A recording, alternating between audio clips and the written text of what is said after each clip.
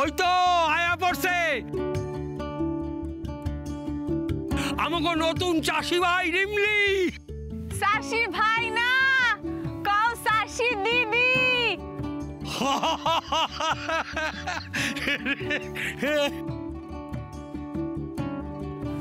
মা বেরোলো, সেই ফাঁকে পালিয়ে তো এলি রিমলিদি। কিন্তু কালকে তো তোর জ্বর এসেছিল, এই দুর্বল শরীরে তুই ল্যাঙল টানতে পারবি? হ্যাঁ পারো, কাল যা জ্বর ছিল ধর, এখন তারও তো উত্তাপ নাই রে। কাল মোরল গোপড়ে সব উত্তাপ ঢাইলা দিছি, দেখ দেখ। না, জ্বর নেই। যা দেখে আয়।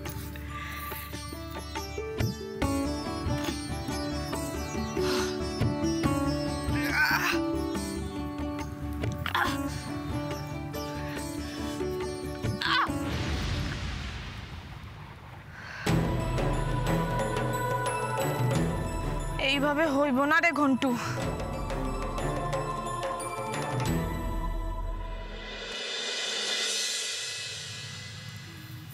দাঁড়া, কিছু একটা করতে হইব।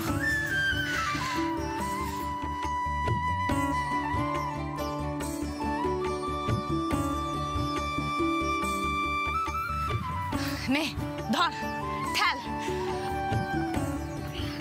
ঠেল জোরে, ঠেল ঘন্টু। কিরে, রাত্রিবেলা ঘুমোসনি নাকি? না রে, খুব আনইজি লাগছিল।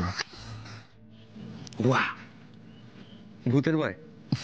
না না, আসলে কাল রাত থেকে চাষির গায়ে আগুন দেওয়াটা আমার চোখের সামনে ভাসছিল। সত্যি কি কেউ এভাবে নিজের জীবন দিয়ে দিতে পারে? কিন্তু সবাই তো বলছিল ওটা নাটক। হ্যাঁ, সবাই বলছে নাটক, মম বলছে নাটক, মোড়ল মশাই বলছেন নাটক, কিন্তু আমার কোথাও না কোথাও একটা খটকা লাগছে। খটকা? হ্যাঁ। কিরকম খটকা?